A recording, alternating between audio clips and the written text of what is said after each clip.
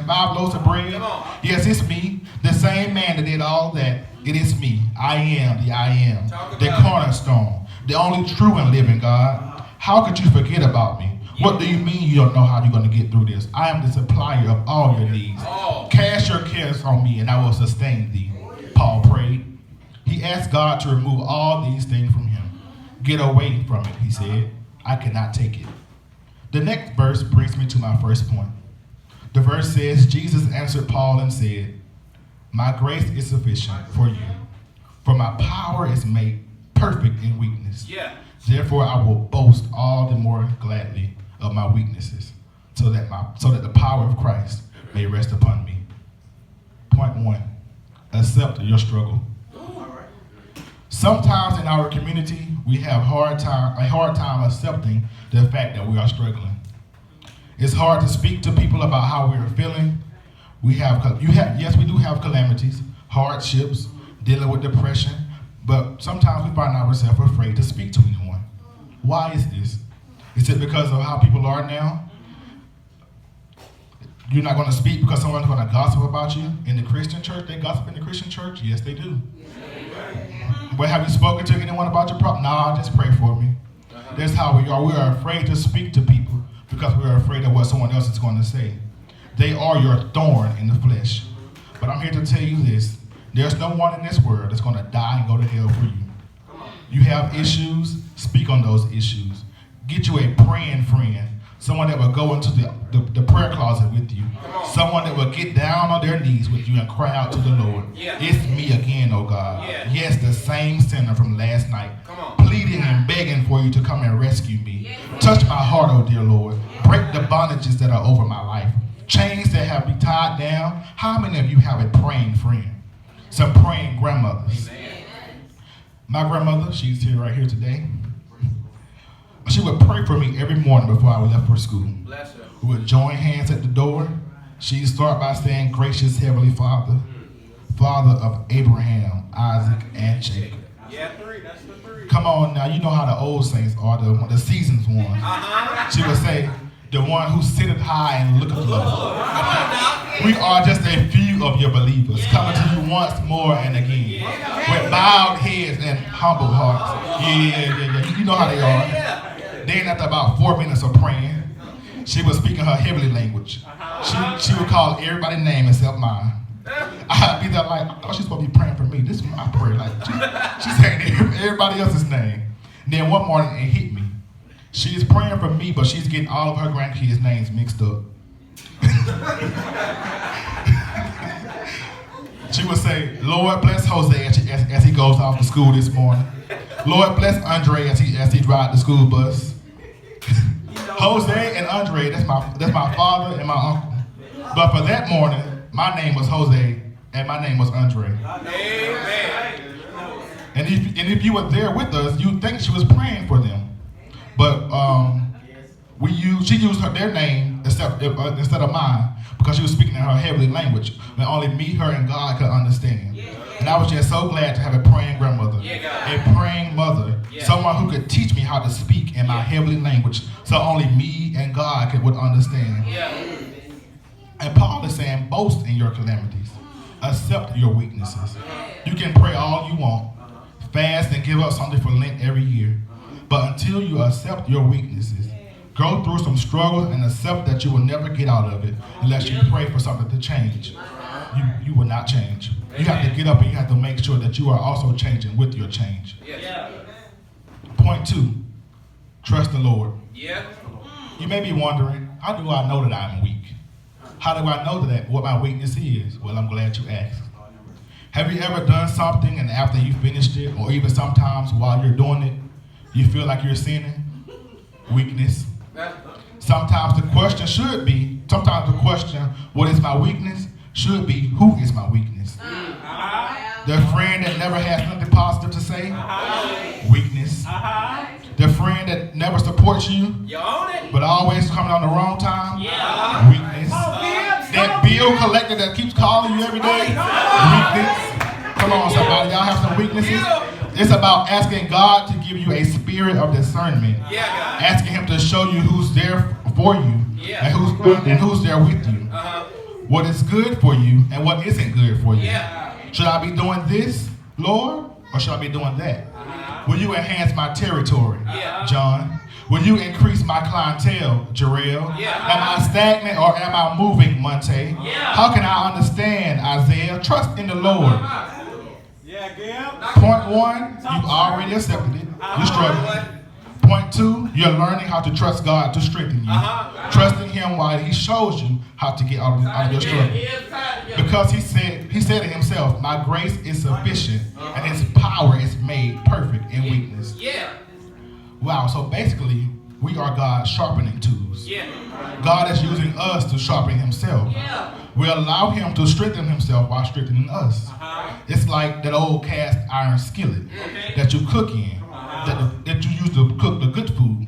The more you cook that delicious food in that pot, the more seasoning and oil that goes in the skillet, the better that pot cooks, right? Y'all understand? The more heat that hits the pot, the stronger the seasoning becomes that's already embedded in the skillet. You have to trust the process.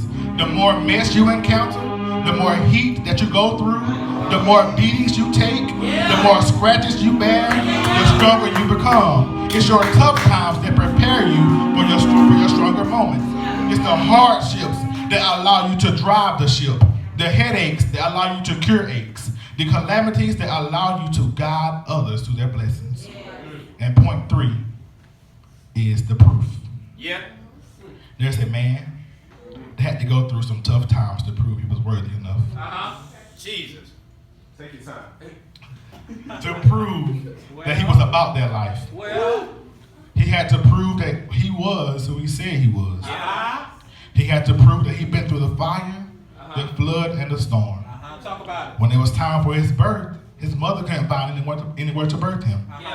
She was left with the only option available, and that was to stable with the animals in the fields. Struggle. Born into the world homeless without a place to stay. Struggle. Foxes have holes and birds of the air have nests, but yet the Son of Man has nowhere to lay his head. That struggle. This man later grew up and started doing things that people couldn't believe. Making blind men see. Healing women with issues of blood. Do you know him? Feeding a multitude of people with 2 fish and 5 loaves of bread. Did he feed you? Raising the dead and causing them to live again. Did he redeem you, somebody? And through all of that, people still didn't believe he was the Son of Man. Have you seen a lot of struggles? Have you been through some hard times? I've seen what it's like to not have money in the bank. I've seen what it's like to go without. I've seen what it's like to ride in my car with the gas light on and wonder how I'm going to get some gas. I've seen a lot of things. I've seen a family member struggle and not have enough to make ends meet. I've seen children come in and out of schools with no jacket and no idea where they're going to get their next meal from. I've seen black and brown bodies on the ground due to the lack of respect that they have for us in America. I've seen some sleepless nights. I've seen some hungry days, but through all that, I've never seen the righteous forsaken. I've seen a lot, I had a lot of problems, and I've seen a lot of other problems, but I've never seen the seed begging for bread. It's the struggles that those people and our people and us went through that strengthen us in our wicked times. You have to learn how to deal with those struggles. Jesus struggled as well with being betrayed, but yet he still said, trust me. He knew what it was like to grieve, but he still kept going. He was tempted, but he still helped those people who tempted him. He was wounded for our transgressions and bruised for our iniquities, but he still didn't give up on us. It's the struggles in life. He had a crown of thorns placed on his head, but he still kept going. It's the thorns in life that strengthen us. He was beat all day long, but still he walked with a steady beat. He kept fighting. He did not give up on me or for you. He did it for all of us. He was nailed to the cross, his hands and his feet. But yes, he still kept going. Yeah, I know sometimes it will be hard to keep going. They hung him high and they stretched him wide. Can you trust the process? He said. They pierced him in the side. It's the struggles in life. They took him and placed him in a tomb one Friday and he lay there all Friday night. We have to trust the process. Let's not skip to what happened on Sunday morning. We have to remember what happened Friday and Saturday because we have to trust the process. He lay there all Friday night and all Saturday. Trust the process, somebody.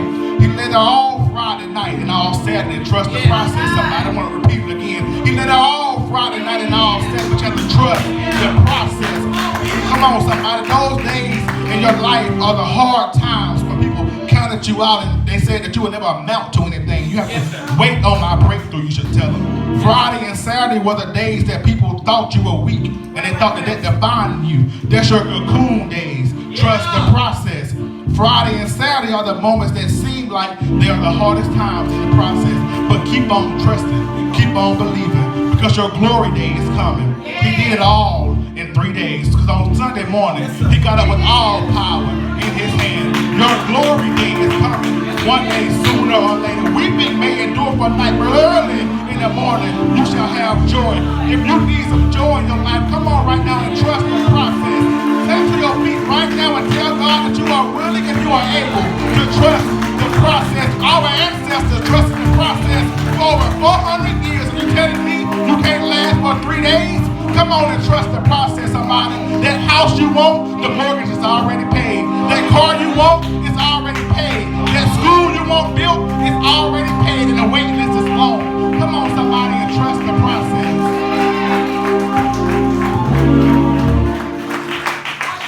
It's the weakness in life that strengthens us. It's the weakness in life that strengthens Every us. time. The weakness are the things that engrave our names in the history books.